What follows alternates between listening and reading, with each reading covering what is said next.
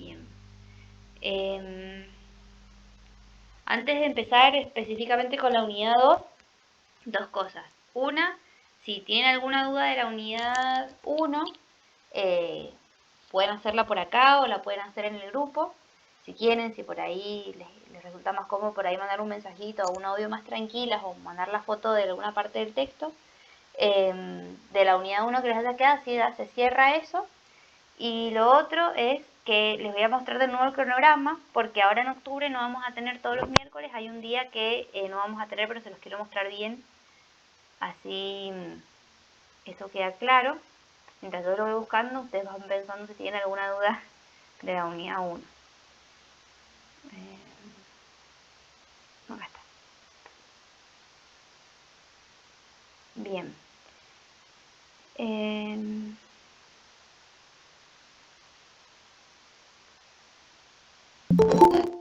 Esperen que ahí entra alguien más.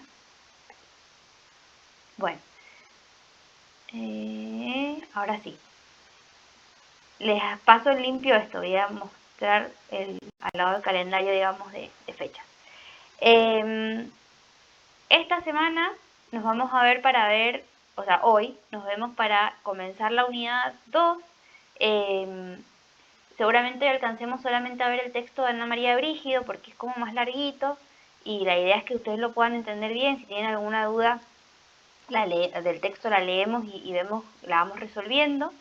Ya saben que lo que no se resuelve acá lo resolvemos después en la consulta de la profe Gabriela o de la profe Malvesi o Carolina Agüero, que son quienes han quedado ahora en la materia.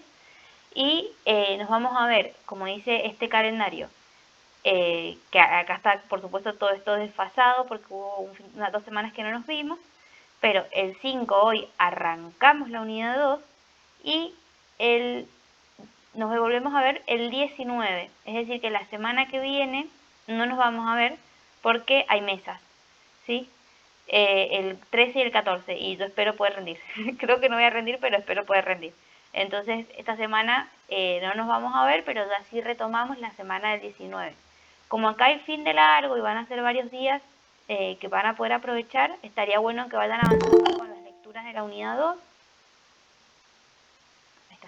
Que vayan avanzando con las lecturas de la unidad 2, así cuando nos encontramos ya han leído bastante y podemos terminar por lo menos la primera parte de la unidad 2. La unidad 2 está dividida, esto lo ha dividido así la materia, el equipo de la materia. Esperen que aquí estaba viendo que está horrible el texto de Ana María Brígido, lo clarito que es. Bueno, está dividido en dos partes, ¿sí? Una que es devenir de las políticas educativas y una segunda parte que es conceptos claves. En la parte de conceptos claves está todo lo de educación pública, igualdad, ideología, democracia. Eso es la segunda parte, la última parte de la unidad. Pero lo que yo quiero que podamos terminar la semana que viene, no, sino la otra, por eso les pido que lean, es esta primera parte que es el devenir de las políticas educativas, que contiene 3 textos. El texto de Ana María Brígido, que es el que espero que podamos terminar hoy. El texto de Filmus. Ahí está. El texto de Filmus que no tiene... que no tiene apuntes en subidos al Drive, hechos por mí. Y el texto de Swaznavar de etapas. Esperen que lo bajo un poquito más. Esperen que se suba bien más. Ahí está. Y el texto de Swaznavar. Entonces, para hoy vamos a ver Ana María Brígido y la intención es que el 19 cuando nos volvamos a ver terminemos con estos dos textos, ¿sí? Entonces, el 19 terminamos la unidad la unidad 2, la primera parte de la unidad 2, porque miren, vamos a estar re cerca de noviembre, entonces terminamos la unidad 2 el 19, el 26, ¿por qué le he puesto un salto? Acá, el 26 nos volvemos a ver y empezamos la segunda parte de la unidad 2. La intención es hacer toda esa segunda parte en una sola clase, porque si bien son profundos los textos, no es muy largo, por lo tanto en una clase lo vemos, para así ya el 2 de noviembre, que creo que va a tener que ser el 9, ya les voy a decir bien. Bueno, el 2 y el 9 vemos la unidad 3 de política, ¿sí? Y ahí cerramos. Y van a estar cerquita de las mesas, para poder rendir en las mesas. Pero bueno, les quería comunicar como esos cambios de fecha para que tengan en cuenta que entonces la semana que viene no nos vamos a encontrar, pero que la otra sí, y la idea es terminar ahí la primera parte de la unidad 2, así ya sí seguimos respetando la idea que era que ustedes puedan rendir en noviembre o en diciembre, cuando lleguen, digamos, entonces aprovechen esta semana larga, fin de semana larga, para ponerse a leer lo que les faltaba de la unidad 1 y para ponerse al día con la unidad 2. Ven que hay como un rayo de la ventana que me está dando. Ahí está. A ver si alguien ha puesto algo sobre... Sí. Viste que el texto de Ana María Brígido está un poquito complicado para la lectura digital, digamos. Sí, está Yo feísimo. lo estoy tipeando, lo estoy pasando. Bueno, Para el que lo quiera tener, me falta un poquito terminar de pasarlo, pero en cuanto lo termine lo comparto para que lo tengan en el grupo, ¿te parece? perfecto, buenísimo. Vas a hacer a la profe también, así la profe lo tiene. Mandáselo y decirle que a la profe Gabriel Furier, decirle que estaba complicado para la lectura, que vos te tomaste el trabajo de tipearlo y que así capaz que lo Dale, suben ahí. Está dale, buenísimo. buenísimo. Listo. Díganle gracias, porque está horrible leerlo desde ahí. La verdad que está re clarita la letra. Yo lo tengo en papel porque yo lo tenía sacado de cuando la cursé, pero cuando yo la cursé no tenía tantas hojas, eran menos. Entonces, Claro. lo que no tenía en papel lo tuve que leer de ahí, casi me quedé con los ojos cruzados, porque Sí, está por grandísimo. eso me puse a tipearlo, porque bueno, yo soy miope. Claro. Entonces me costaba. Entonces dije, no, bueno, me voy a poner a leerlo de a poco y lo voy pasando, Sí. lo voy tipeando tal cual. No, y Y te bueno, sirve mi hija me para... está gritando y lo ve. Sí. Te sirve para después repasarlo, porque por ejemplo, ahora yo estaba mirando mis apuntes y algo de lo que anoté no tenía dudas, yo no me acordaba cómo era y no hay forma de que yo encuentre lo que escribí en el texto, porque era en qué parte estaba, porque está todo gris, horrible. Claro, Entonces, claro. está Bueno, bueno que te quede en así. cuanto lo termine lo paso. Buenísimo, Así lo tienen para mejor lectura. buenísimo. Miren que me voy a acercar esto porque me dijeron que se escuchaba lejos. Bueno, gracias Laura, así ya les queda a las chicas para poder estudiar muchísimo mejor. Estoy grabando, así que después si alguien pregunta en el grupo si están grabando y yo estoy con esto, le dicen que sí que estoy grabando. Bueno, entonces arranquemos con la unidad 2, así ya podemos terminar con este texto hoy. ¿Tienen? Ah, está. Pensé que se había sumado alguien y era un mensajito. Entonces, esta parte, este texto que vamos a ver hoy está en esta primera parte de la unidad 2 que se llama Devenir de las políticas educativas, sí, que es del texto de Ana María Brígido. Ah, porque yo no estoy compartiendo pantalla. Vamos de vuelta. Ahora sí les muestro. Estaba hablando y ustedes no han estado viendo todo lo que les estaba mostrando. Les estaba mostrando esto recién, que está acá en el aula virtual. ¿Lo ven ahora? Ahí. Que acá están todas las fechas que yo les decía. Ven que el 19 nos juntamos, el 26, pero que acá esto terminaba. Yo ahora lo voy a editar y lo voy a volver a subir para que les quede bien con las fechas actuales. Yo les había dicho que esto seguramente sufría modificaciones y bueno, las terminó sufriendo. Entonces nos vemos el 5 y nos volvemos a ver el 19 para, para terminar la unidad número 2. En el cuatrimestre pasado la unidad 2 nos llevó 3 clases, un montón. Vamos a intentar de que nos lleve menos. Y para eso la idea es hacer como hemos hecho con la unidad 1, que los textos que no los podamos ver acá, los puedan ustedes leer y mandar algún esquema, como mandó una de las chicas que mandó su esquema de los textos que nos faltaban leer del bloque 1. Entonces, y que ustedes pues traigan dudas. En el bloque 2 comienza con el texto de Ana María Brígido y lo que comienza, lo que yo les he armado acá, ustedes recuerden que esto siempre es un esqueleto, que no es un resumen súper profundo del texto, que hay cosas que hay en el texto que acá no están y que por eso está bueno que ustedes lo lean.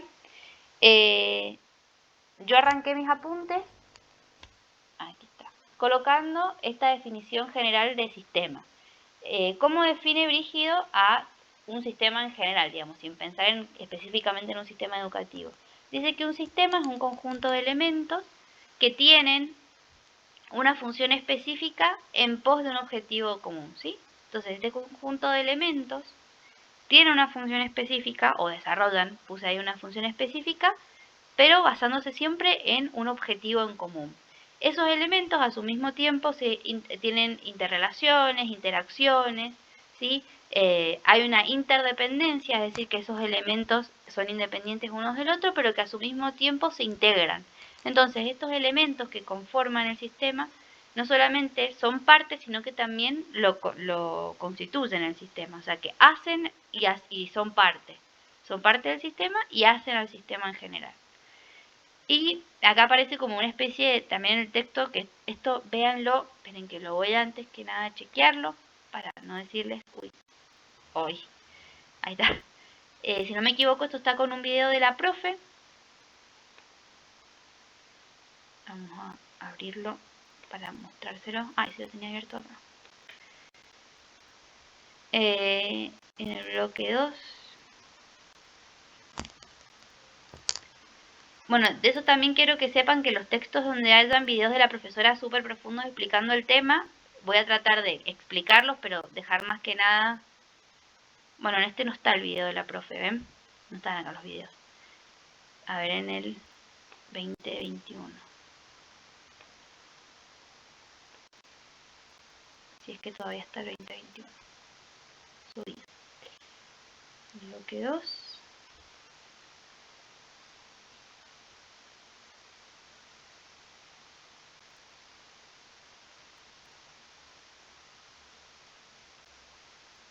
Bueno, ves, en el bloque 2 acá está todo junto. No están más los videos, la profe los ha sacado.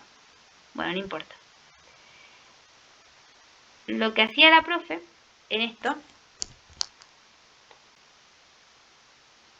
Esperen, que me voy... ¿Dónde estaba? Acá.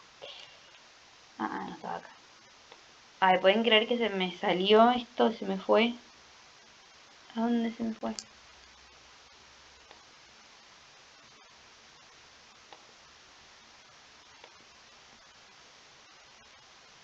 Esperen, perdón por el super bache.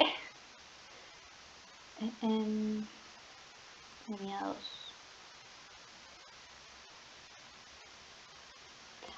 Antes que volver a esto, les hago esta salvedad. Ven que está esto como pareciera duplicado. El texto de Ana María Brígido, véanlo con este apunte que dice Brígido. El que está acá, en mi apunte general, no lo miren, óbienlo, porque esa primera parte no está completa. Yo les hice uno más completo que este. Entonces véanlo directamente desde el otro PDF. ¿Sí?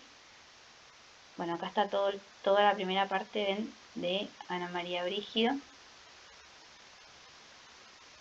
Bueno, acá arranca otra parte, como un resumen es esto. Bueno, ahora sí, volvemos. Entonces hemos visto esta definición de sistema general y como habíamos dicho, este sistema tiene un conjunto de elementos. Esos elementos son interdependientes y en esta especie de mapa o diagrama que ven acá aparece el sistema sociocultural como un sistema más general que a su mismo tiempo tiene estos otros elementos dentro. Entonces tiene un subsistema sociocultural próximo, el subsistema educativo, el subsistema escolar y finalmente la escuela. Estoy pensando, digamos, en el subsistema educativo formal. ¿Sí? Está el subsistema escolar y la escuela. Cada uno de estos es un sistema y entre sí tienen relaciones complejas, problemáticas y demás, o sea, la escuela con el subsistema escolar, el subsistema escolar con el educativo, el educativo con el sociocultural, ya lo van a entender a esto más adelante. Pero es para que sepan, entiendan que esta escuela, que es un sistema, está inserto en otro sistema más grande, que es el subsistema escolar, y este subsistema escolar está inserto en otro subsistema más grande, que es el educativo, y así. Y que cada uno se interrelacionan, se integran para hacer a un sistema más grande, que en este caso sería el sistema sociocultural. Específicamente, en cuanto al sistema educativo, el texto dice que es un sistema abierto, pero que a su mismo tiempo es cerrado. Esto es súper importante porque lo pregunta la profe. ¿Por qué es abierto y cerrado al mismo tiempo? Abierto porque es permeable a todo lo que sucede en el entorno. Esto nosotros ya lo habíamos visto en la unidad 1, si se acuerdan, de cómo esos factores externos al sistema repercutían en el propio sistema. Es decir que, por ejemplo, los factores económicos, el contexto económico de un país o las medidas económicas de un país repercuten en el sistema educativo. ¿Cuáles son las luchas sociales que en ese contexto están, digamos, en auge? Repercuten en el sistema educativo. ¿Cuál es la clase social predominante? También repercute en ese sistema educativo. Entonces, es abierto porque es permeable, ¿sí?, a lo que sucede en el exterior, en su entorno, pero a su mismo tiempo es cerrado. ¿Por qué? Porque genera sus propias reglas de funcionamiento, es decir, que se autorregula. El sistema educativo tiene sus propias normativas. Por supuesto, normativas que están dentro del ordenamiento jurídico general, pero tiene una propia ley de educación nacional que lo regula, que lo estructura, tiene una ley de educación provincial, específicamente en Mendoza, tiene los lineamientos que se van a dar en las clases, en las escuelas, estipulados, por ejemplo en el DCP, tiene además otro tipo de reglamentaciones que también hacen a la estructura del sistema, como por ejemplo cuestiones que tengan que ver con lo organizativo, cuestiones que tengan que ver con protocolos y demás de las propias escuelas. Entonces es abierto porque lo de afuera repercute en ese sistema, pero al mismo tiempo es cerrado porque se autorregula, porque tiene sus propias, digamos, reglas de funcionamiento. Y habla sobre 3 niveles que hacen al sistema educativo, ¿sí? Es decir, estos 3 niveles son 3 elementos, 3 componentes que forman parte del sistema y que al mismo tiempo lo hacen parte, como les decía recién. Entonces, tenemos un nivel formal, un nivel no formal y un nivel informal. En el nivel informal, esto está un poquito más largo en el texto, por supuesto, acá está súper sintético. Se los voy a dar con algunos ejemplos para que los puedan terminar de entender. De todos modos, este tema lo vemos en Sociología de la Educación. Entonces, el sistema, la diferencia respecto a la certificación entre los niveles. El nivel formal es un nivel certificado, es un sistema, certificado. El no formal es no certificado, al igual que el informal. Esperen que ingresó alguien. Perfecto. Al igual que el informal, ¿sí?, que es no certificado. ¿Qué quiere decir? No quiere decir que me dan un certificado, sino que lo que significa esa certificación es que a mí me permite avanzar dentro del mismo sistema. Entonces, dentro del sistema educativo formal, yo pasar de nivel, por ejemplo, terminar el nivel inicial, se me otorga un certificado, una certificación que me permite continuar en el nivel primario, se me certifica terminar el nivel primario y avanzo al secundario, se me certifica el fin de los estudios secundarios para poder avanzar en el sistema superior o terciario. Entonces, esa certificación tiene que ver con eso, no con que si me dan o no un certificado, porque por ejemplo, en lo no formal, que podría ser, por ejemplo, hacer yoga o hacer taekwondo o hacer algún deporte, o por ejemplo incluso los mismos talleres de alfabetización para adultos, son no formales, por más de que se te entregue un certificado, pero ese certificado no te permite ingresar dentro del sistema formal, ¿sí? Es un certificado que no tiene que ver con la certificación a la que hace mención el texto, ¿sí? Entonces esta certificación tiene que ver justamente con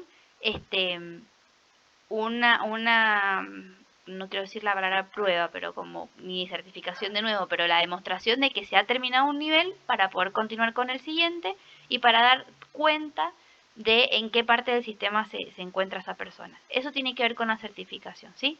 Después, respecto a la estructura, el sistema educativo formal está estructurado, ustedes eso se lo imaginarán a qué se referencia, está estructurado en un nivel inicial, primario, secundario, terciario. A su vez, dentro, por ejemplo, del primario está dividido en grados, está dividido en ciclos.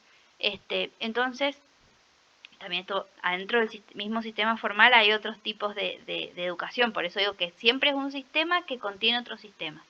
Pero, digamos, pensando en la escuela común, ¿sí? Que los grados están divididos por edad. Entonces, esa estructura que tiene ese sistema educativo formal Este sistema educativo, perdón, lo hace en un sistema educativo formal. Entonces, el sistema educativo formal es certificado y estructurado. El sistema educativo que es propiamente la escuela, ¿sí? El sistema escolar. El sistema educativo no formal es no certificado, pero está estructurado. Por ejemplo, quienes hacen algún deporte o, por ejemplo, quienes hacen hockey, saben que tienen diferentes categorías, cualquier deporte.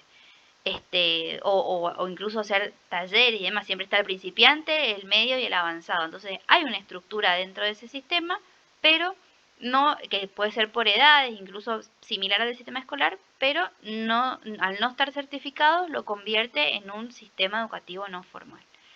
Y el informal es no certificado y no estructurado porque tiene que ver con la educación que no se planifica, con la educación espontánea, como por ejemplo la que recibimos en nuestras casas cuando aprendemos a caminar, cuando adquirimos la lengua materna. Entonces, esta es la diferencia entre estos tres sistemas. ¿Cuál es el sistema que en esta materia se va a abordar y en el cual se va a profundizar? Es el formal. Es el que se va... Esperen, agarrar, es el que se va a tratar. Entonces ahora es más, cuando se hable de sistema educativo estatal, ustedes sepan que a lo que se va a hacer referencia es a este nivel formal, no al informal ni al no formal. Se va a estar hablando del sistema escolar formal. Entonces acá en adelante, cuando vean sistema escolar, hace referencia al sistema formal. Y hay una definición, esto he saltado un montón de cosas del texto que a mí me parecían un poquito relevantes, pero si recuerdan algo que les gustaría comentar, me lo dicen, o si hay algo de esa parte que les generó alguna duda, yo me ido como a lo más importante, ¿sí? ¿Cuál es la definición de sistema educativo estatal que dan en este texto? Y acá hace esto mismo que yo les hago siempre de ponerles colores diferentes, tamaños diferentes, para que ustedes puedan entenderla en partes a la definición, para después poderla entender en un todo. Entonces, dice que es una colección de instituciones diferenciadas, de amplitud nacional, cuyo control e inspección general es de incumbencia estatal, y cuyos procesos y partes están relacionadas entre sí. Entonces ahora la vamos a desarmar a esa definición. Entonces, colección de instituciones diferenciadas, ¿sí? Esto habla de instituciones, propiamente, escuelas diferenciadas. De amplitud nacional, es decir, que tiene una coherencia nacional, ¿sí? Ese sistema educativo está inserto en una nación, cuyo control e inspección general es de incumbencia estatal, es decir, que el Estado es el garante de esa educación, de ese sistema. Y los procesos y partes están relacionadas entre sí, es decir, que esas instituciones diferenciadas, instituciones de nivel inicial, primaria, secundaria, están relacionadas entre sí. No es difícil esa definición, por ahí hay que leerla hasta que termina de entrar, pero básicamente en la explicación es eso, no es mucho más, no es muy complicada. Después, este sistema tiene 4 rasgos que lo diferencian de cualquier otro sistema. O sea, ¿qué es lo que hace el sistema educativo al sistema educativo y que no sea un sistema de salud? Por ejemplo, bueno, estos 4 rasgos. El primer rasgo es la unificación, que tiene que ver con la coordinación estructural, digamos, del sistema. Es decir, esto que yo les decía recién, la coherencia nacional. Esta coordinación hace referencia a que si esto ya creo que se los había explicado, un estudiante de 4º grado de una escuela de Mendoza se cambia a una escuela estatal de Buenos Aires o de Chubut, esa escuela primero lo acepte, dado que está certificado, ¿sí?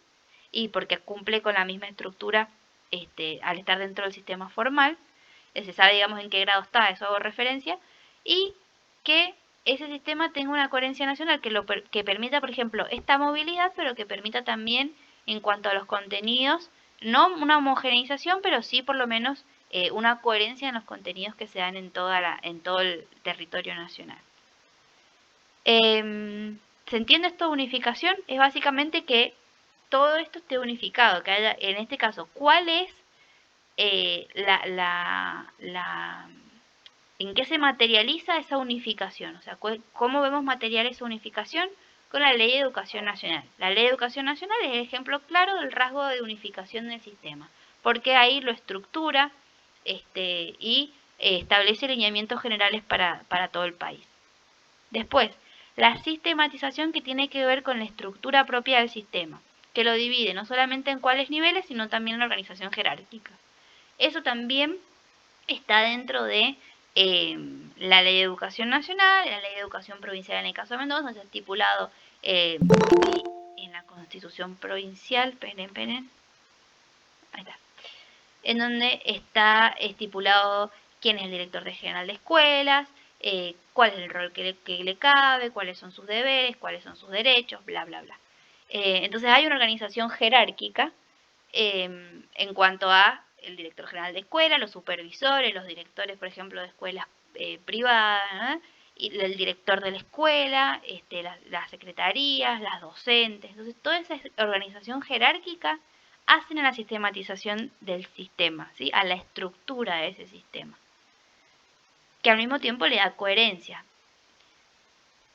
Y la tercera es la diferenciación, que es decir, que el objetivo del sistema educativo es diferente al de cualquier otro sistema. El del sistema de salud, el objetivo del sistema de salud será prestar los servicios necesarios para prevenir y atender. Y bueno, en el caso del sistema educativo, el objetivo va a tener que ver con algo que ya habíamos hablado, que era la formación del sujeto pedagógico o el proceso de enseñanza-aprendizaje. Ese es el objetivo del sistema educativo. Ningún otro sistema tiene ese objetivo, por lo tanto se diferencia, y eso hace el rasgo de la diferenciación. Y finalmente el último rasgo es la especialización, que hace referencia a la tendencia que tiene el propio sistema a especializarse. No solamente el mismo sistema, sino también quienes lo integran. Por ejemplo, la especialización docente de quienes deciden seguirse especializando finalizada su carrera de docente, ¿sí? Eso tiene que ver con la especialización. Esos son los 4 rasgos, ¿sí?, que diferencian al sistema educativo de cualquier otro sistema: la unificación, la sistematización, la diferenciación y la especialización. Si ustedes tienen alguna duda, recuerden que yo no las veo, entonces me dicen Agus o algo. Sí. Tengo una duda con respecto a los rasgos. Hay una parte que menciona que los rasgos, o sea, difieren según el país y también, o sea, varían según la etapa histórica, ¿verdad? O sea, Tal puede cual. ser que los 4 rasgos a veces pueden estar o pueden no estar según el momento histórico y la sociedad. Claro, esto piénsenlo más que nada, en realidad el de unificación, o sea, va a variar no tanto si están los 4 rasgos, sino cómo se dan los 4 rasgos. Porque, por ejemplo, el de unificación y sistematización, el de sistematización vamos a pensarlo, que es más fácil de entenderlo. El de sistematización en el 2007,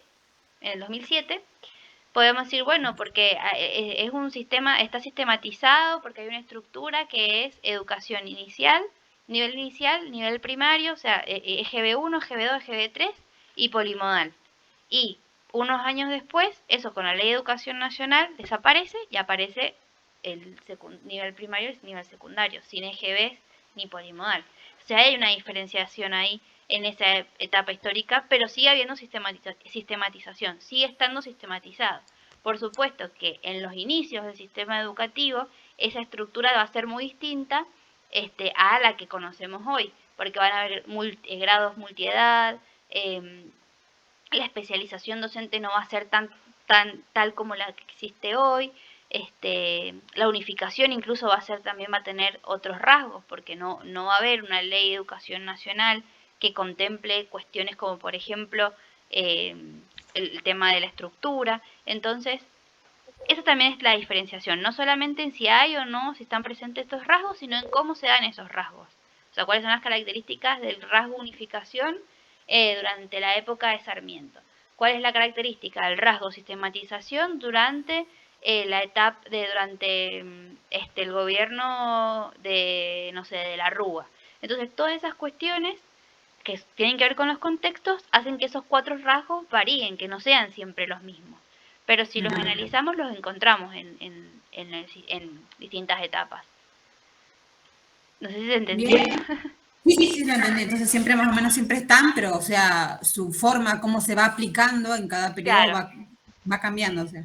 eso. Y también tiene que ver con los mismos tipos de estado que habíamos visto, porque por ejemplo el de diferenciación, el objetivo siempre va a ser formar a los sujetos pedagógicos o el proceso de enseñanza-aprendizaje, pero los matices de ese objetivo van a ir variando con eso que habíamos visto según la intención de los diferentes tipos de estado.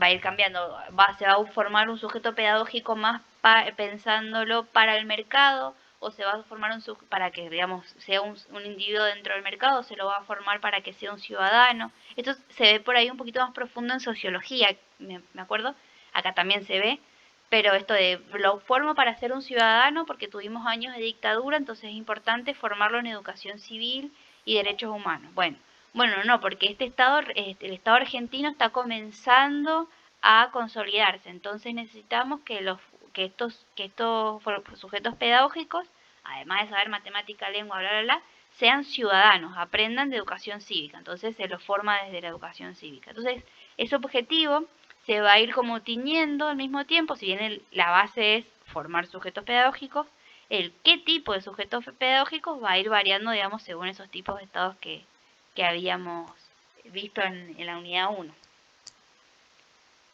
¿Se entendió? Por ahí me cruzan las ideas. Este, bueno, y esperen que... Ah, ya está, ya volví. El sistema educativo, en este texto voy así como parece que voy a los palazos, pero es porque quiero que después si les queda alguna duda la podamos como profundizar más. Habla de dos, ¿sí? Componentes del sistema educativo, habla de la estructura y habla de la función. En cuanto a la estructura, dice que tiene una estructura formal y una... Recuerden que siempre estoy hablando del sistema educativo formal, ¿eh? Dentro del sistema educativo formal hay una estructura formal que tiene que ver con una estructura académica, ¿sí? Quiénes son los alumnos, quiénes son los docentes, y una administrativa, ¿sí? Que tiene que ver con esto, con las... Ahí no va a ser la palabra. Con la organización jerárquica. O con los procedimientos, o bueno, todo esto que tiene que ver con la estructura formal administrativa de un sistema, en este caso un sistema educativo. Y la informal tiene que ver con la propia cultura institucional, que esa cultura institucional, acá se los voy a decir mirándolas, nunca se debe confundir. Esa cultura institucional jamás puede ir en contra de las reglamentaciones, ordenanzas, leyes. O sea, la cultura institucional es eso, es la cultura institucional. Una escuela no puede decir, ay, no, nuestra cultura institucional es que no damos ESI. No se puede, porque es una ley nacional. Entonces, ¿qué sería la cultura institucional? La cultura institucional es que trabajamos mucho con las instituciones que están alrededor de la escuela, ¿sí? Trabajamos con redes socioeducativas. La cultura institucional de esta escuela es que se trabaja mucho en coordinación con las familias. La cultura institucional de esta escuela es que las docentes se forman, además de las jornadas, en esto, y generan capacitaciones entre ellas mismas. Entonces, esas serían cuestiones que tienen que ver con la cultura institucional, no que una escuela desconoce una ley. Eso no es cultura institucional, eso ya va contra ley. Sí, eso siempre me gusta aclararlo para que no se confundan. Entonces, porque la estructura formal es esa estructura justamente legal, la formal administrativa, por ejemplo. Y la informal, que tiene que ver con la cultura institucional, que hace a la misma estructura también del sistema educativo. Después dice que este sistema escolar, escolar, lo mismo, tiene una función manifiesta, es decir, que la función manifiesta sería el por qué se la creó, el objetivo para la que fue creada, que el cual habíamos dicho que era el proceso de enseñanza-aprendizaje. Entonces, la función manifiesta del sistema educativo es formar sujetos pedagógicos. Pero aparece una función latente que es la de cubrir, que es la de cubrir otro tipo de necesidades que permiten que esa función manifiesta se cumpla. ¿Cómo yo hago cumplir mi objetivo de formar sujetos pedagógicos si mis estudiantes llegan, por ejemplo, sin poder comer? Entonces aparece una función latente del sistema educativo de empezar a cubrir otras áreas que no sean netamente las curriculares. Entonces, escuelas con comedores, con merenderos, escuelas con protocolos en casos de recibir a algún niño con indicios de abuso. Entonces, este sistema educativo que tiende a especializarse, ¿vieron? Se especializa, tiene una función manifiesta, que es con la que el objetivo que fue creada, y tiene una función latente que surge a partir justamente de las situaciones emergentes del propio sistema. Por eso esta función latente muestra este carácter de sistema abierto de la escuela, de que el sistema escolar es permeable a lo que sucede afuera. En una crisis económica muy dura y muy profunda, la escuela tiene que empezar a cubrir ciertas demandas que antes no cubría. Cada vez más chicos que no almuerzan o desayunan en su casa, y que la escuela tiene que salir a cubrir eso. Con becas, por ejemplo. Pensando en la escuela primaria digo, por ejemplo, la beca transporte, pero también lo pueden pensar incluso en ahora, digamos, en nuestro nivel, que es el nivel superior. Recuerden que el sistema educativo formal no habla solamente de lo obligatorio, ¿sí? Pues también el sistema superior está dentro del sistema educativo formal y no es obligatorio, pero está dentro de ese sistema. El nivel inicial previo a la sala de 4 no es obligatorio, pero está dentro del sistema, porque me permite avanzar en el mismo sistema. Pero ahí hay otras cuestiones que tienen que ver con la obligatoriedad que, digamos, que juegan otro rol, ¿sí? Yo tengo que hacer sala de 4 para hacer sala de 5 y para entrar al nivel primario, pero puedo entrar a sala de 4 sin haber hecho otra sala. Entonces, esto lo quería aclarar para que no quede dudas. Cuando hablo del sistema formal no hablo obligatorio, hablo del sistema educativo formal general. El sistema, la educación superior forma parte. Entonces, por ejemplo, una función latente del sistema educativo durante la pandemia se vio la necesidad de claramente empezar a generar espacios de formación virtual para poder seguir dictando clases y no suspender así o dejar suspendido en el tiempo la formación de quienes estaban en ese momento siendo estudiantes. Y post pandemia para no perder esa idea, se detectó que muchos estudiantes de la universidad que no solamente no tenían dispositivos en su casa, sino que ni siquiera contaban con internet. Entonces, las distintas unidades académicas o la misma universidad empieza a generar políticas de conectividad, acercando chips o algún dispositivo y demás. Eso es una función latente, no está dentro de la función manifiesta de la universidad, que es formar futuros profesionales, sino que es una función latente, que tiene que ver justamente con una situación emergente del contexto. Entonces, ya no me quedo ahí tanto porque tampoco tan largo si esa parte no es muy difícil, pero quería esto es importante, ¿sí? Porque a me lo preguntaron en la mesa, y en lo oral está bueno tener estas cuestiones bien en claras para poderlas relacionar, así como esto que yo le diga, esto hace referencia que es un sistema, a la característica del sistema abierto, porque claramente repercuten en este sistema, bla, bla, bla. Está bueno que ustedes hagan esas relaciones. Es importante. De hecho, en la consulta que fui la semana pasada, o esta semana, ya ni me acuerdo, no, la semana pasada, el viernes pasado, la profe justamente hablaba con Sonia, que no sé si está hoy, de la importancia de que puedan relacionar los textos entre sí, que ustedes puedan hablar del texto de Ana María Brígido, pero que al mismo tiempo sepan identificar qué tipo de estado estamos hablando.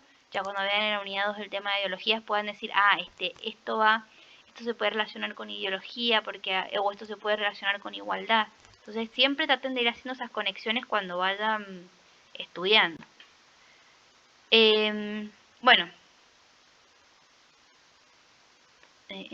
Bueno, finalizada esa primera partecita, que la quería hacer súper rápido, creo que logré hacerlo rápido, y bueno, si tienen alguna duda igual ya saben que si levantan la mano con la función levantar la mano a mí me suena, o si no me dicen Agus y yo paro y vuelvo a explicar lo que les haya quedado alguna duda. Después está esta partecita del texto de Ana María Brígido, que es el desarrollo de los sistemas escolares, ¿sí? Esto tiene que ver con, vieron que esta primera parte se llama el devenir de las políticas educativas, una cosa así. es porque quiere que entiendan, así como decía recién la compañera, que este sistema que hoy conocemos no se ha estructurado así siempre. No es el sistema que conocemos no es el que ha existido siempre, sino que ha ido sufriendo modificaciones que hacen que hoy sea el sistema que es. Entonces ahora las vamos a ir viendo. La primera etapa, bueno, primero dice que se produce en 3 etapas, ¿sí? Despegue, crecimiento e inflación. El primer etapa, que es la etapa del despegue,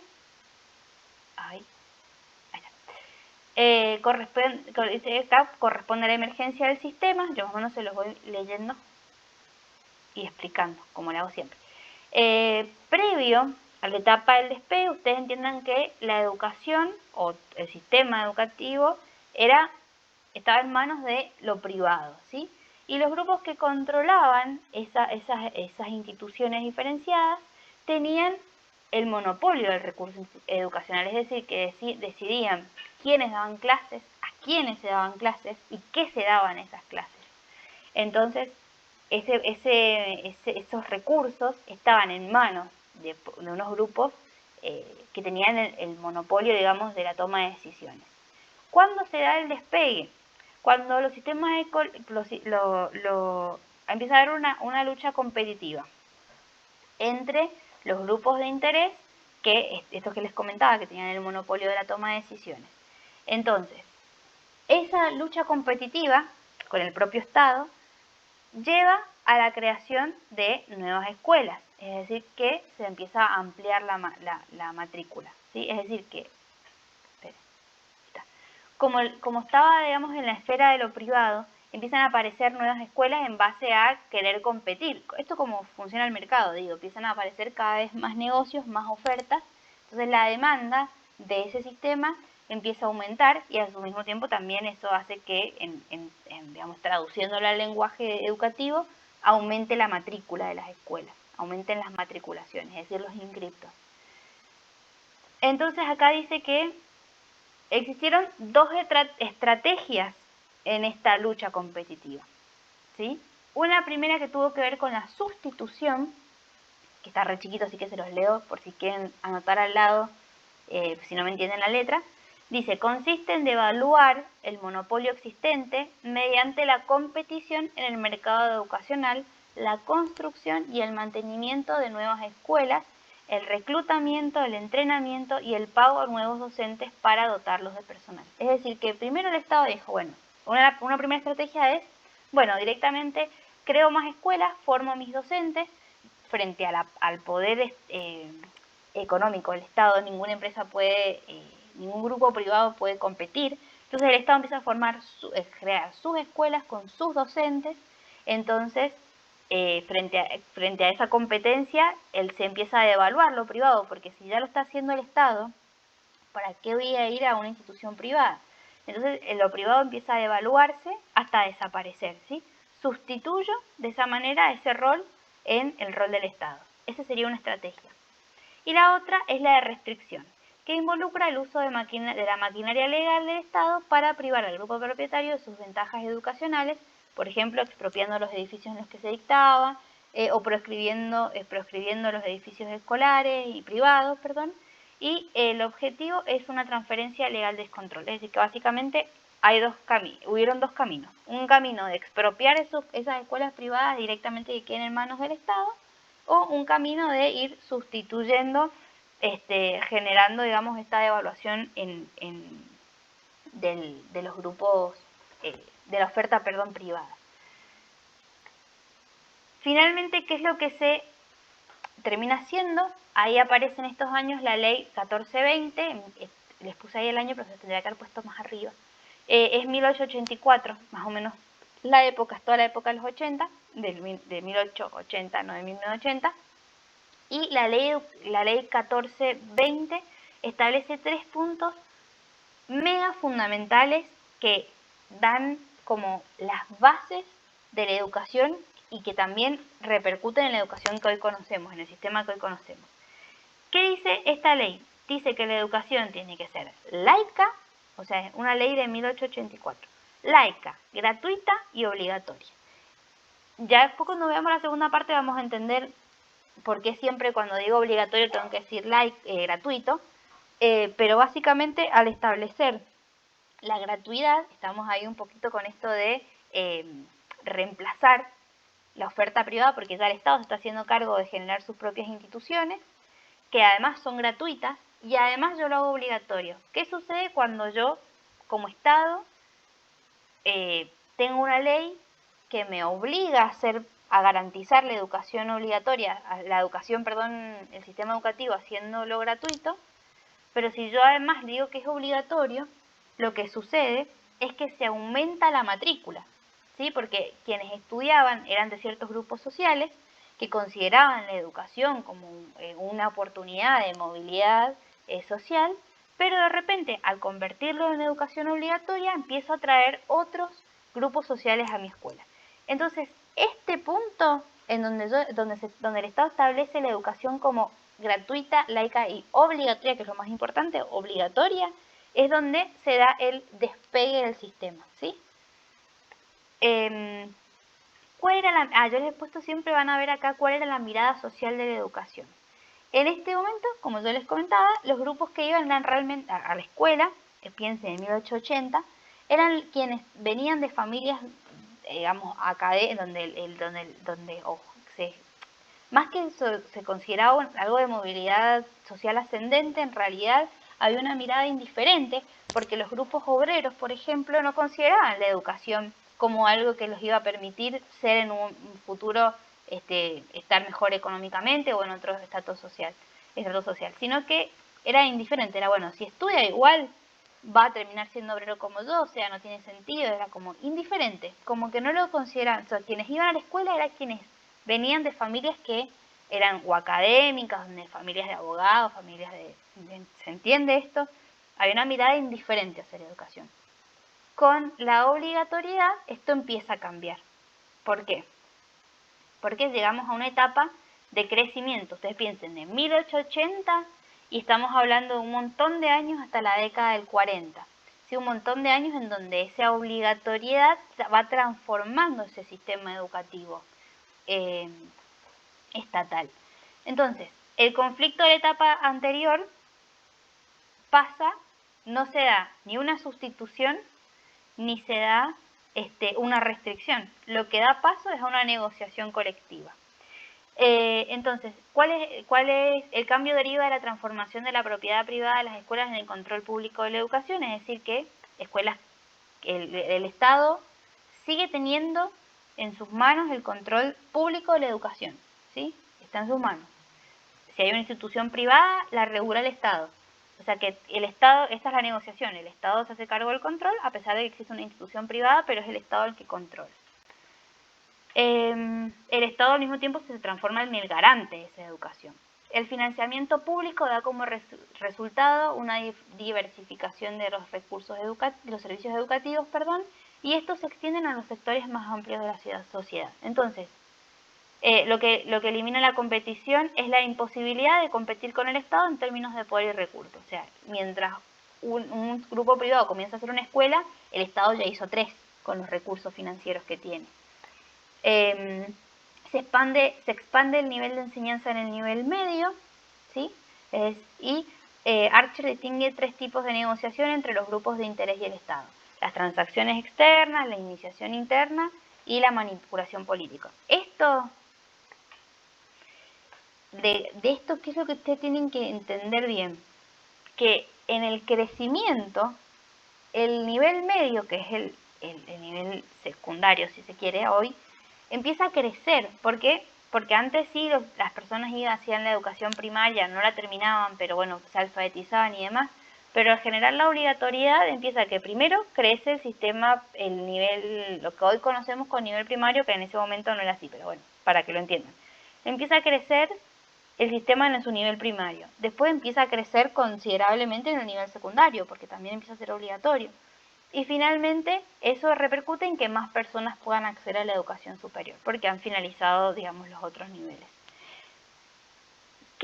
¿Cuál es la causa que genera ese crecimiento? Entonces, es la Ley 1420, que establece que la educación es gratuita y obligatoria. Porque si la ley dijera que es obligatoria, solamente, probablemente crecería el sistema, pero no en grandes proporciones, porque si sigue siendo paga o arancelada, muchos sectores se quedarían todavía fuera del sistema.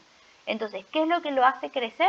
Es básicamente que diga la ley que establece que es gratuita y obligatoria, ¿sí?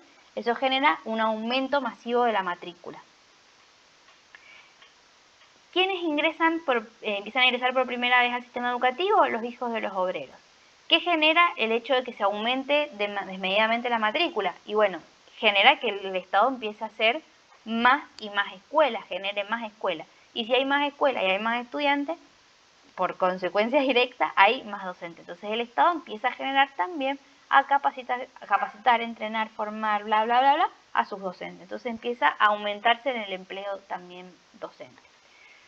¿Cuál es la mirada social que se tiene de la educación durante estos años? Es una mirada social muy positiva porque realmente se consideraba que la educación era el punto de movilidad social, o sea, por excelencia.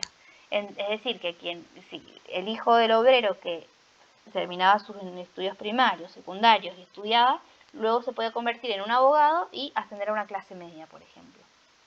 Y luego, y sus hijos, media alta, y así.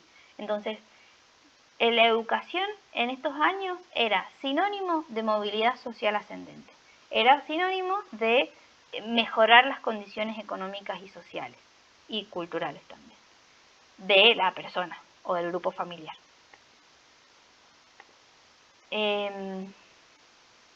Y finalmente la última etapa, que se da a partir de los 80, o sea, imagínense 100 años después del punto de despegue, es que a medida que el sistema educativo va madurando, que va creciendo, se empieza a volver cada vez más independiente. Entonces, este sistema educativo que estaba inserto en un sistema sociocultural más grande, se empieza cada vez a independizar más. Y acá estaba el aspecto de la característica del sistema cerrado del que habíamos hablado, que es que tenía sus propias reglas de funcionamiento que se autorregulaban. Entonces, mientras más grande se empieza a hacer, si yo tengo si antes tenía 10 instituciones, yo tengo 100, entonces tengo que empezar a generar, ¿sí?, normativas, reglas de juego que a mí me permitan ordenar esas instituciones para que estén unificadas, para que estén sistematizadas, para que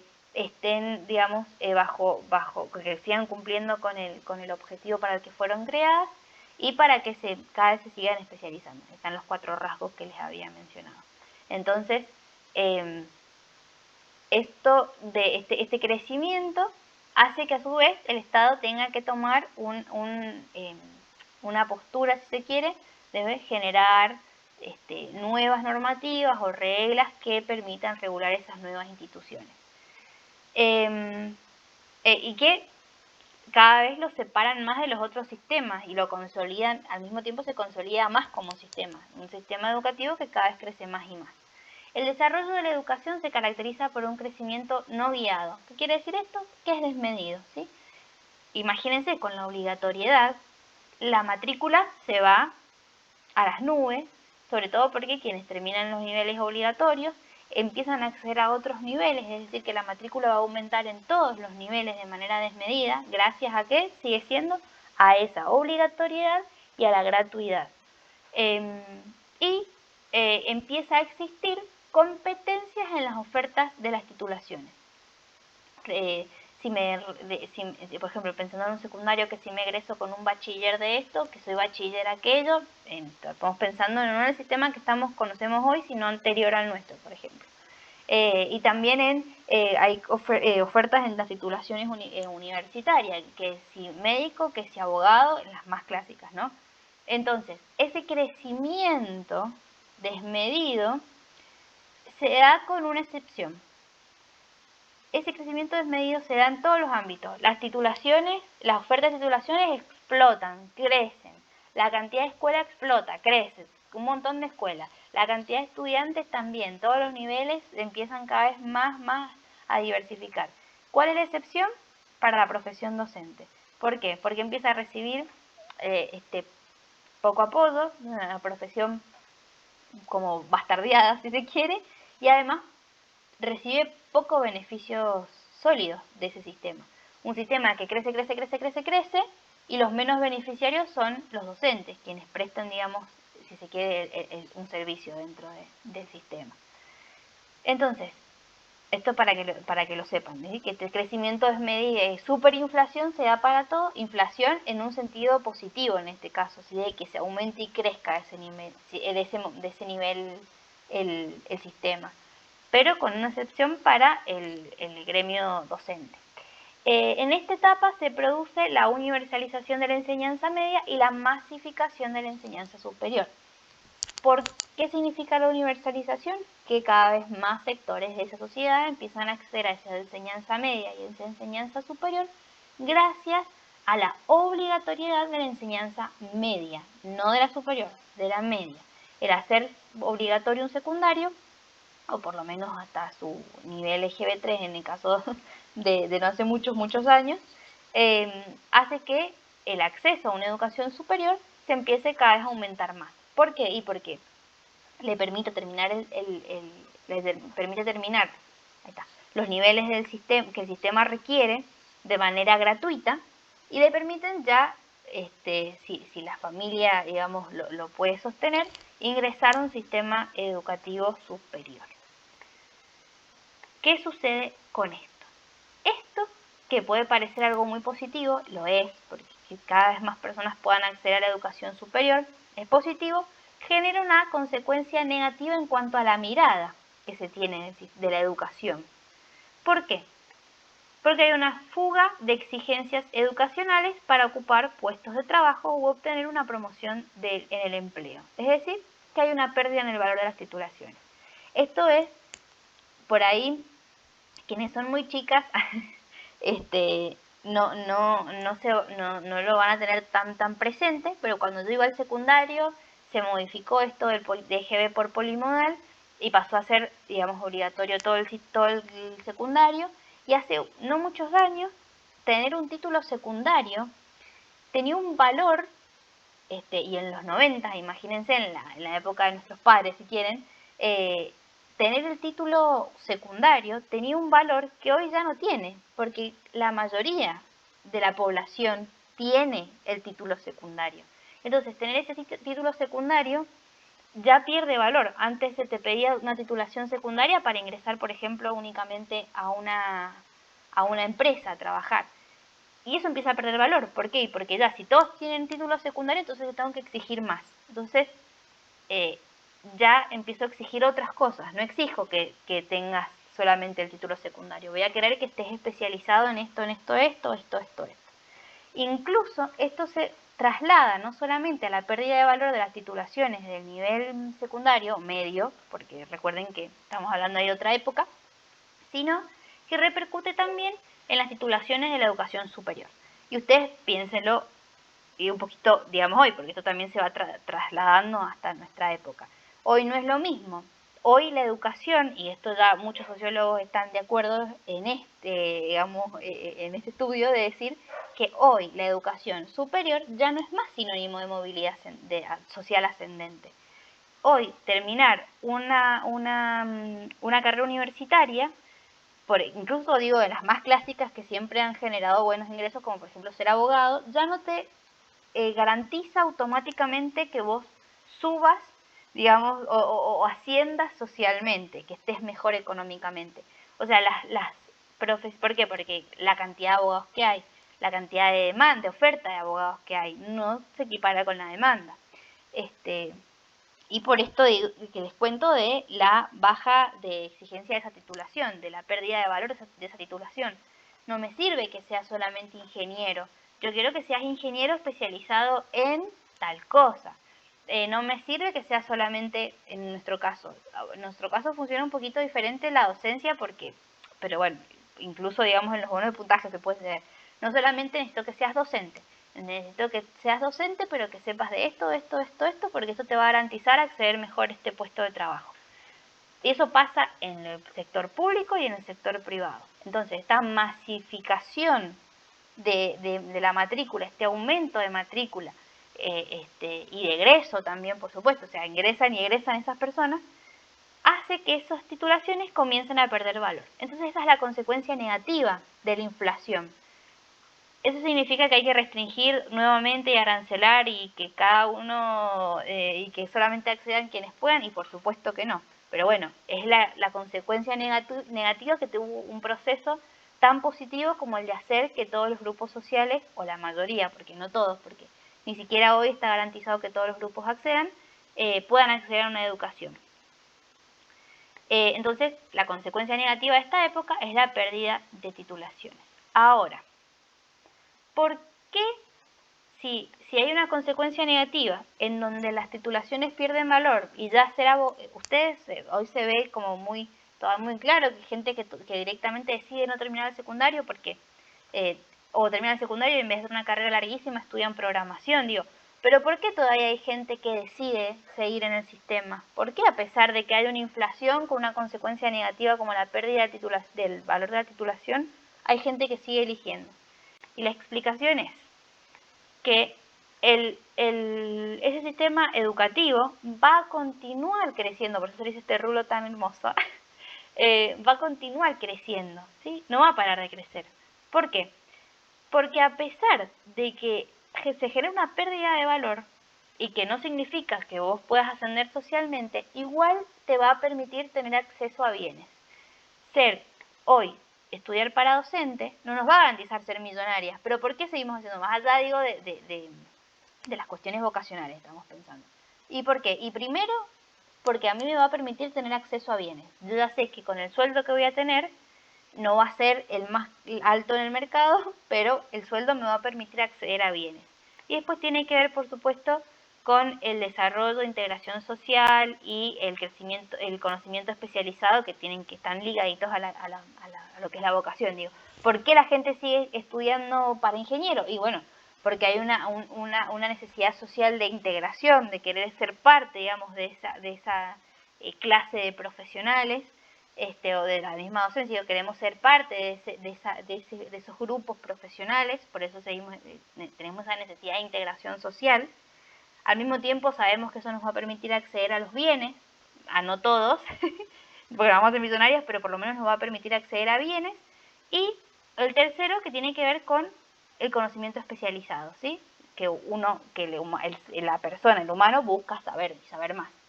Entonces, estas son como las tres causas que hacen que el sistema educativo siga creciendo. Entonces, ¿por qué se expande la educación a pesar de que haya inflación? Por estas tres cuestiones.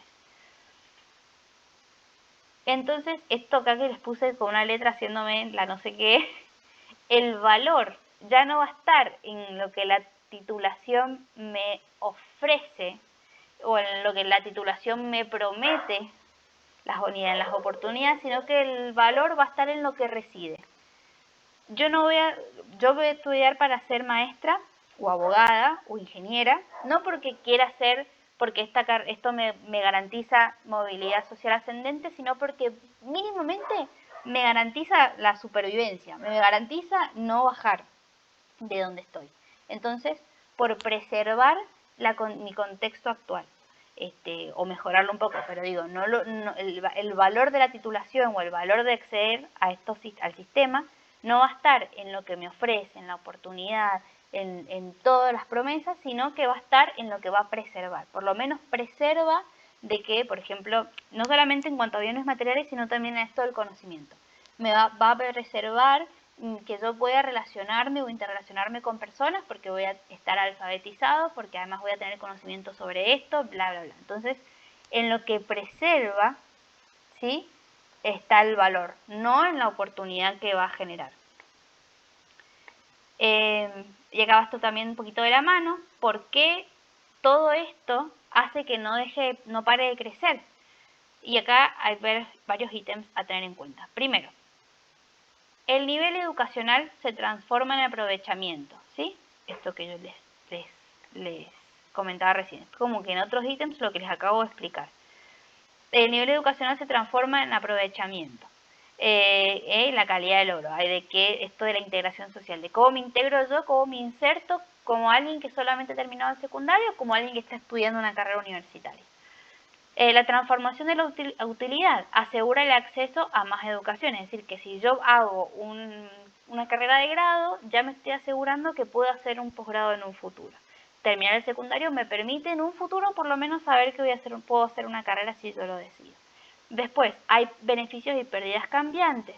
Esto que tiene que ver con evitar la marginación externa, ¿sí? Conservar lo que yo ya tengo, preservar una situación, ¿sí? Evitar quedar marginado. La ley del que llega último, que dice que el logro finalmente se va a terminar de evaluar cuando todos lleguemos a la educación superior, por ejemplo, cuando toda la población pueda acceder a la educación superior, como sucede con la media, es ahí cuando va a terminar de perder el valor. ¿Y qué es lo que se va a empezar a valorar? Las titulaciones posgrados, de posgrado. El principio del blanco móvil, que cuando el último grupo llega al logro, el blanco se desplaza a un nivel más alto. Esto que les acabo de decir. Cuando todos los grupos llegan a la educación secundaria, bueno, el valor está en tener una titulación de grado. Bueno, pero ya todos están accediendo a una titulación de grado. Bueno, entonces el valor está en un posgrado, y así. El punto, digamos, se va a poner en otro lado. No, y va a ir como aumentando, cada vez más alto, más alto, más alto. Sí, Diana. ¿Me escuchás? Sí, te escucho. Ah, bueno, disculpa. Buenas tardes, chicas. Miren, me acabo de sumar. Quisiera saber más o menos de qué están charlando para entrar, porque justo te pillé en la última frase y quedé. ¿Qué pasó? Estamos en la texto de Ana María Brígido, en la última etapa que teníamos, una etapa de despegue, crecimiento e inflación. Estamos en la etapa de inflación del texto de Ana María Brígido, de la unidad 2. Perfecto. Ahí estamos. Perfecto. Bien, no había cachado la onda. Gracias. De nada. De todos modos quedó, yo lo estoy grabando, así que quédate y después terminas de ver cuando lo suba la primera parte que te faltó. Hoy pude grabar. Genial. Así que va a quedar grabadito. Bueno, entonces, estos ítems que acabo de nombrar es la clave para tener mejores oportunidades en la inserción social en el mundo actual. ¿Ves que es lo mismo que yo les acabo de decir que está acá, pero como un poquito más desarrollado? Entonces esto tiene que ver con el por qué se sigue eligiendo o por qué sigue creciendo el sistema si estamos viendo repercusiones negativas en cuanto a la mirada que se tiene de la educación. Y bueno, por esto que yo les decía recién, por mantener el valor de preservar, ¿sí? Pero no pensando en las oportunidades a futuro. Y después está esto de las relaciones que tiene el sistema educativo con otros sistemas o con otras estructuras. En este caso, un sistema social. La primera relación que aparece es la relación del sistema educativo con estructura social. Acá eso que está ahí que no se ve nada, se lo voy a agrandar así. Dice estratificación del sistema educativo, ¿sí? Y que hay ahí eso es un dibujo muy, no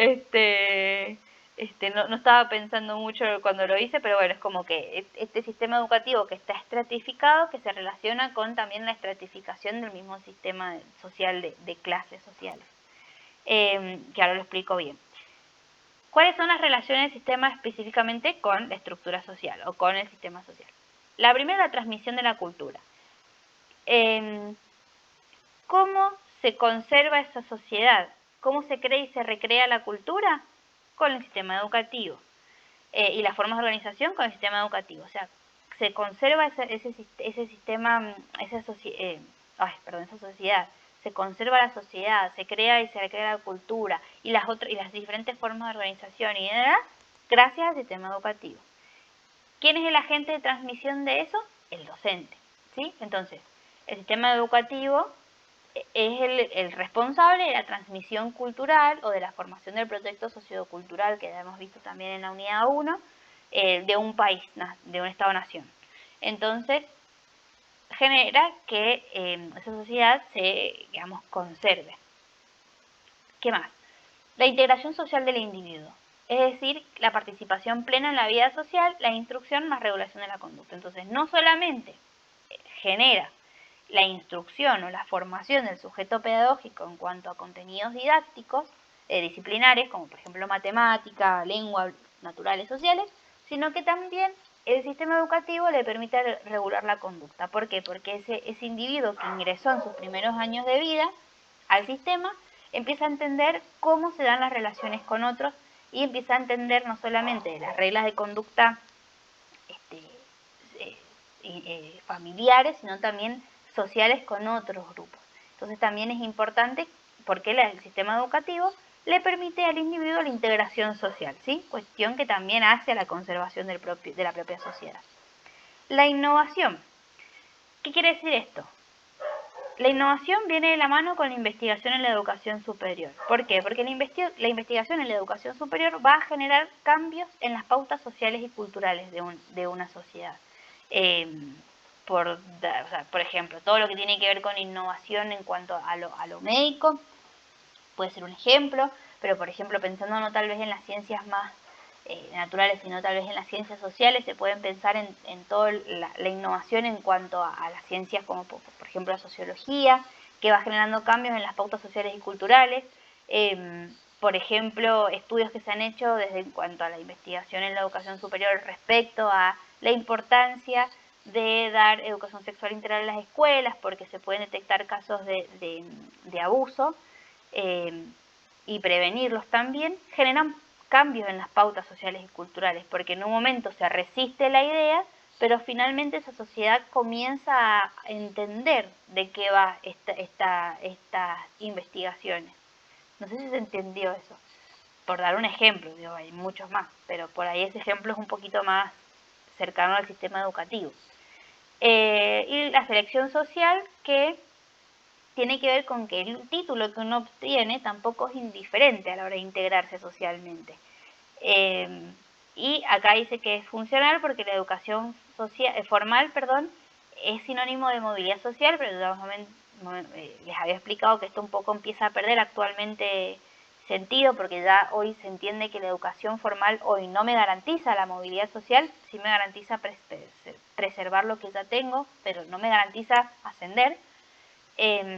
Pero este título obtenido no pasa indiferente cuando yo me integro socialmente. Por eso cuando hablaba de por qué sigue creciendo el sistema, y porque tiene que ver con la selección social. Porque para no quedar en la marginación extrema, o sea, que los demás que los demás me marginen por no ser tal cosa. Entonces, por eso sigue creciendo el sistema. Eso era digamos, comparándolo con el ítem del tema anterior. Entonces están estos dos paradigmas, el funcionalista, que tiene que ver con que acceder a la educación formal me hace ascender socialmente, y el reproductivista, que tiene que ver con reproducir lógicas capitalísticas estratificadas, en donde la burguesía o las clases las clases medias y medias altas van a acceder a la educación secundaria, media y superior, media o secundaria, como si quieren pensar con el nombre actual, media y superior, y las clases obreras o las clases populares van a acceder a la primaria tradicional, y en vez de hacer estar dentro del sistema formal con a partir de la educación superior se trasladan a la educación no formal, por ejemplo, haciendo capacitaciones de profesionalización, plomero, gasista y estas cuestiones. Entonces, como que hay una cuestión reproductivista en el propio sistema educativo. La burguesía va al secundario y a la universidad, y los hijos de los obreros terminan la primaria, ven si terminan la secundaria, y bueno, ya la universidad es mucho, se profesionalizan o hacen alguna capacitación, como por ejemplo para ser plomero o gasista, pero no en la educación superior. Entonces está esta reproducción de una lógica capitalista. Esa es la última relación respecto al sistema educativo con la propia sociedad. Después, la relación del sistema educativo con la organización política, la tienen que tener bien en clara. El sistema educativo surge con la necesidad de resolver algo político, que entonces acá estamos viendo, nosotros habíamos dicho que el sistema educativo tenía como el objetivo por el cual fue creado era el proceso de enseñanza-aprendizaje, pero acá esto nos está diciendo que surge con la necesidad de resolver algo político. ¿Qué es lo político que se quiere resolver? Entonces, un Estado que crece. Recuerden que Estado no es gobierno, ¿sí? Un Estado que crece, y una necesidad de consolidar esas masas, una necesidad de reducir esa incertidumbre, una necesidad de homogeneizar esa identidad, ¿sí? De generar una identidad colectiva.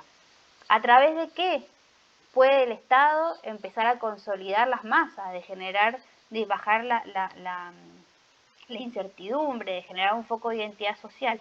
¿A partir de qué?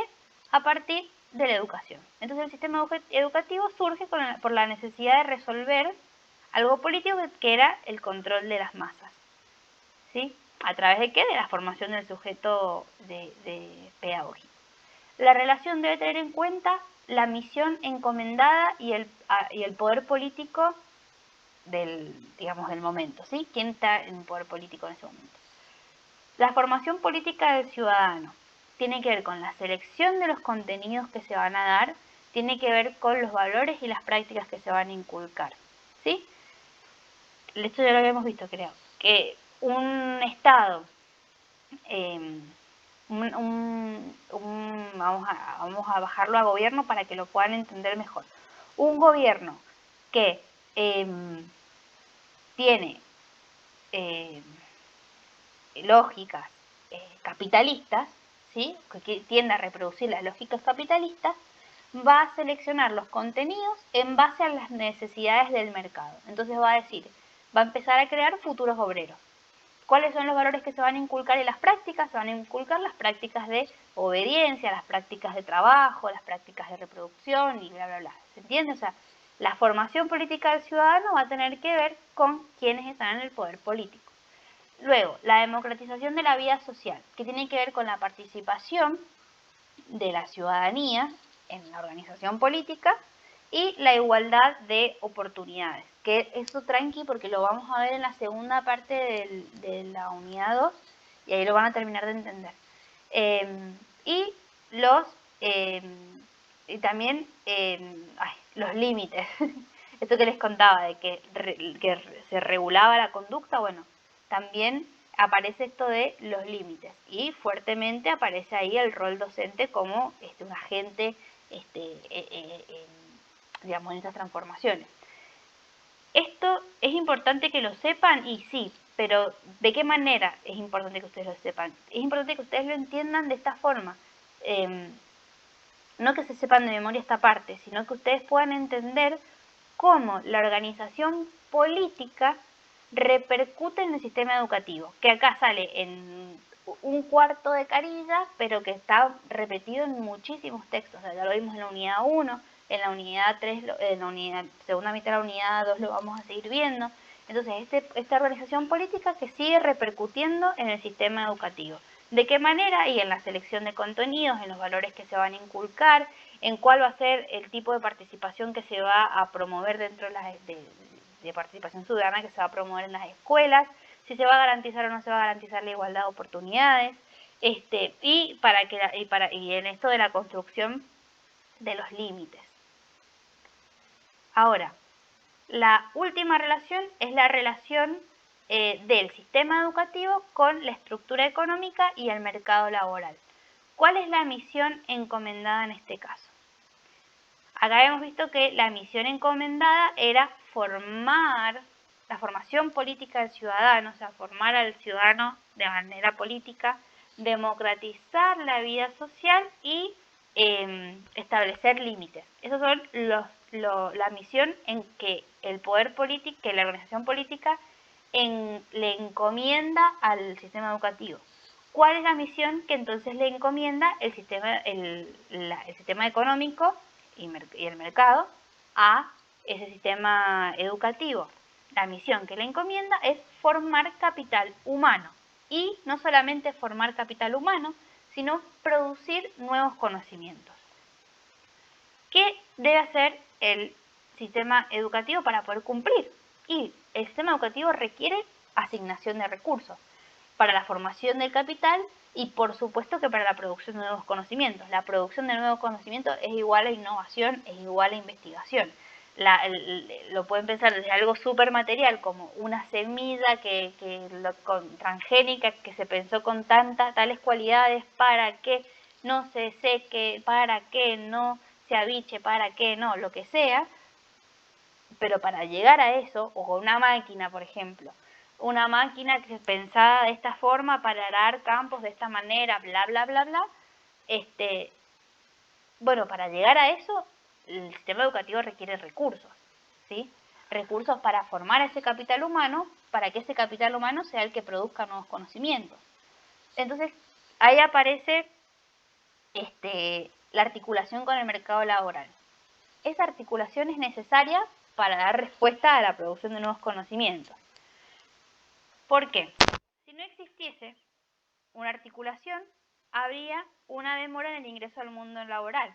Entonces, los mismos estudios generan una demora en el ingreso al mundo laboral. Entonces, la articulación es necesaria para que al momento de finalizar los estudios se pueda acceder al mercado laboral sin seguir generando demoras y de manera, digamos, coherente con lo que el mercado requiere. Acá hay diferencias, por supuesto, entre la formación que exige ese mercado laboral y el que yo alcanzo. Un mercado laboral que me exige, por ejemplo, conocer de programación, por dar un ejemplo, y que yo en mi formación no lo tengo. Entonces ahí hay una diferenciación que me sigue generando ruidos con esta articulación. ¿Y cuál es el otro punto de esta articulación que se da, digamos, en esta relación? Que hay una dificultad para conseguir empleo. Entonces, esta articulación tiene que buscar reducir estos tres ítems. Reducir la demora en el ingreso al mundo laboral, es decir, en el caso nuestro tiene que ver, por ejemplo, con generar planes de estudios que a mí me permitan egresar en tiempo y forma, que no hayan diferencias entre la formación alcanzada y la que se exige en ese mercado, y que la dificultad para conseguir empleo se vea reducida a partir de la producción de nuevos conocimientos que generen mejores situaciones económicas para los países, que generen más, que fomenten la generación de empleo. No son cuestiones como por ahí medias económicas, que es importante que las entiendan así en términos generales, por supuesto. He estado con el micrófono hacia abajo, rozándome el buzo. Los que escuchen la grabación van a escuchar horrible. Entonces, el otro punto en esta relación que se le encomienda al sistema educativo es la educación y el desarrollo económico. La formación de un capital humano y la producción de conocimientos, como habíamos nombrado. ¿Por qué? Porque son esenciales para el desarrollo productivo de un Estado-nación y para el mundo global también. Entonces empieza a haber una exigencia por parte del mercado laboral, ¿sí? Una exigencia de nivel. No solamente quiero que tengas el primario, el secundario y el terciario, sino que en el terciario quiero que estés especializado en tal cosa.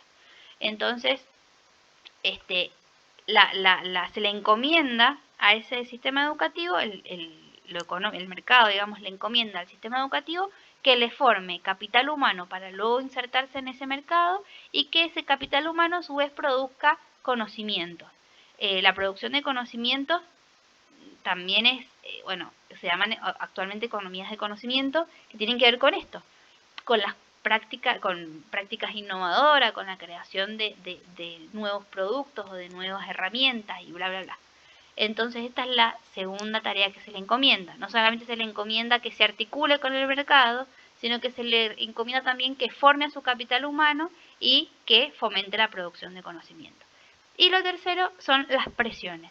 Una que tiene que ver con el uso racional de los recursos que le son asignados y que tiene dos puntos. El control, es decir, que un Estado debe hacerse cargo, el sistema educativo tiene que implementar mecanismos rigurosos que controlen cómo se emplean esos recursos que le han sido asignados, y la eficiencia, que tiene que ver con elegir el camino menos costoso para lograr el resultado esperado. Es decir, que además de exigirle todas estas cosas al sistema educativo, se le exige que lo haga al menor costo posible.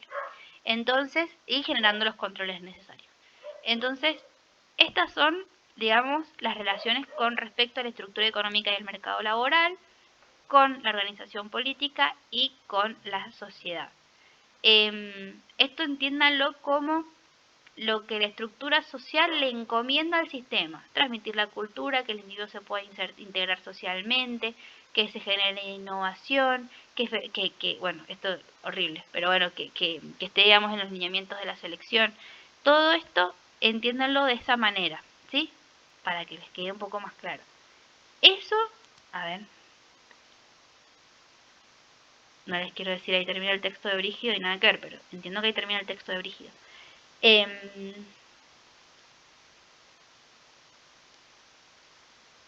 Igual sí, miren la letra horrible de ese texto. Bueno, para quienes ingresan ahora, Laura está tipeando todo este texto para después compartírselo, para que ustedes lo puedan leer directamente desde ahí, no tengan que leer este libro que está horrible.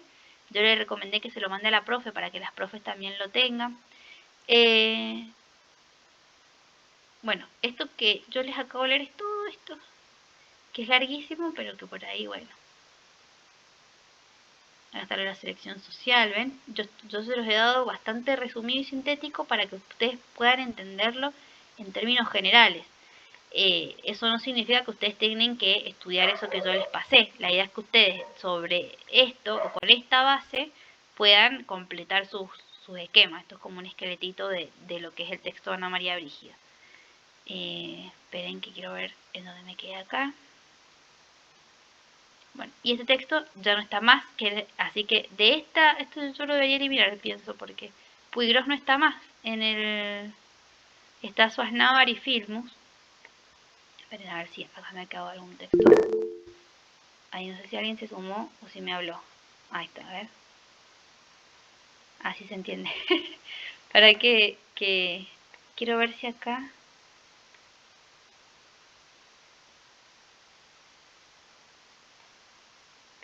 Bueno, acá tienen un resumen, si quieren, de... esto es lo importante de esto, por eso. Bueno, Legarralde tampoco está, así que esto tampoco lo tienen que ver. ¿Esto por qué lo he dejado? Por esta segunda parte. Voy a cortar esto para que a ustedes no les genere un conflicto, porque acá es la segunda parte del texto. Esto que está acá es el cuadro en donde se relacionan los textos de la unidad 2 con los textos de la unidad 1, ¿sí?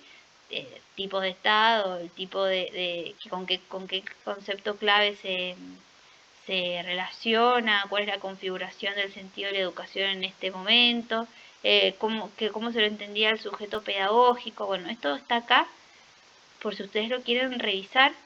Si ustedes lo tienen, lo pueden revisar con sus cosas. Y esto, la próxima vez que nos veamos, vamos a ver desde acá, desde el principio de la escuela pública.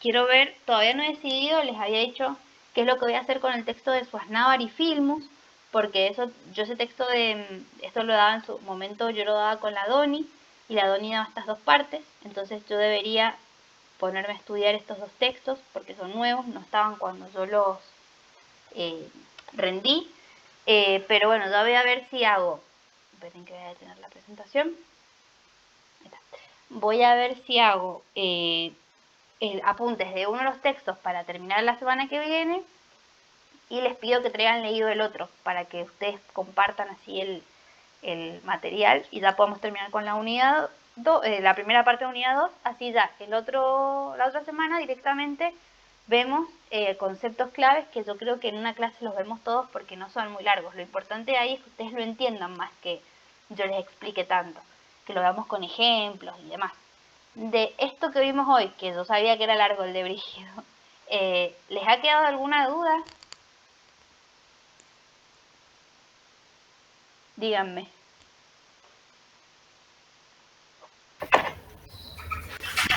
No, lo explicaste muy bien. Para saber si ya las libero o no. Pero ya saben igual que si no tienen, capaz que ahora no tienen ninguna duda, pero después leen el texto y les surgen un montón de dudas. Muchas me escriben por ahí por privado, yo siempre les digo, escríbanme en el grupo, así yo después a otra les sirve eso que preguntan, a veces me preguntan lo mismo por privado. Entonces mándenlo al grupo porque nadie va a pensar que es tonto lo que están preguntando porque están todas estudiando lo mismo. Entonces por ahí la duda les sirve a alguna y bueno, está bueno como que directamente les conteste por ahí. Así que ya saben que cualquier cosa me escriben por ahí, igual si les han quedado dudas de la unidad 1 y que no nos vemos el miércoles de la semana que viene, sino que nos vemos el otro miércoles. El miércoles 19, en donde tienen que traer leído, ahora les voy a decir bien, déjenme, 25 hojas, 28. Bueno, traigan leído Filmus, etapas de el de etapas. Ay, se me cerró, ahí está. Que en realidad arranca, ¿dónde arranca este texto? Bueno, no sé ni dónde arranca, yo entiendo que arranca desde acá. Pero tráiganse leído el texto de Filmus para el 19, si les alcanza a leer también el de Swaznavar, buenísimo, traigan los dos, pero traigan leído por lo menos el de Filmus. Y el de Swaznavar lo voy a tratar de, lo voy a dar yo con un esquema, pero ustedes vayan leyendo el de Filmus, así se van armando también como sus apuntes sobre ese tema. Bueno, buenísimo, estoy leyendo el texto, por eso estoy así. Bueno, nos vemos entonces la otra semana, el 19, si les parece. Ay, la perra, es que la ladrando toda la grabación. Nos vemos, un besito. Chao. Muchas gracias, Aus. De nada, Virgi. Nos vemos. Chao, Agus, gracias. Chao, Chao, chao, Agus. chao. Gracias.